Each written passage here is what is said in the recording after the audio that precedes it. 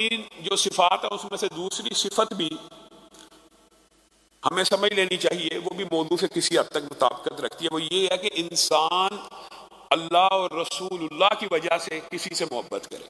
یہ بھی اس سے ملتی جلتی بات ہے۔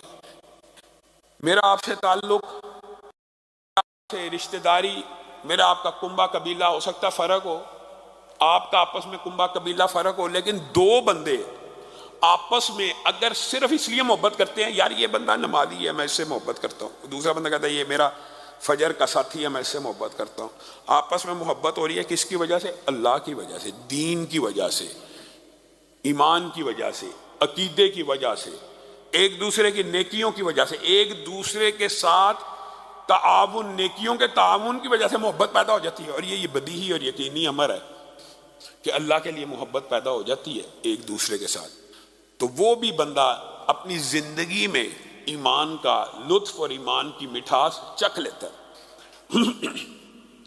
اس سے آگے کا جو واقعہ ہے یہ تو واقعہ رجی ہے۔ اس واقعے سے بھی یہ بات ثابت ہوتی ہے کہ رسول اللہ صلی اللہ علیہ وسلم کلی طور پہ علم غیب کے بارے میں مطلع نہیں تھے، اور آگے جو واقعہ آ رہا ہے اس کے اندر سے بھی یہ بات ثابت ہوتی ہے۔ بعض لوگوں نے علم غیب کا مسئلہ بڑا عجیب سا بنایا ہوا۔ علم غیب رسول اللہ اور انبیاء کو کلی طور پہ تھا، ہرگز بات یہ درست نہیں ہے۔ ہاں اللہ چاہے تو قیامت کا کوئی مستقبل کا کوئی واقعہ اپنے نبی کے اوپر ظاہر کر دے۔ رسول اللہ صلی اللہ علیہ وسلم نے آپ کو اور مجھے اطلاع نہیں دی کہ کل قیامت کے دن کیا ہوگا۔ ہاں غیب کا یہ علم اللہ نے رسول اللہ کو عطا کر دیا کہ فلاں کے ساتھ یہ ہوگا، فلاں جہنمی کے ساتھ یہ ہوگا، فلاں کے ساتھ یہ ہوگا، فلاں کے ساتھ یہ ہوگا۔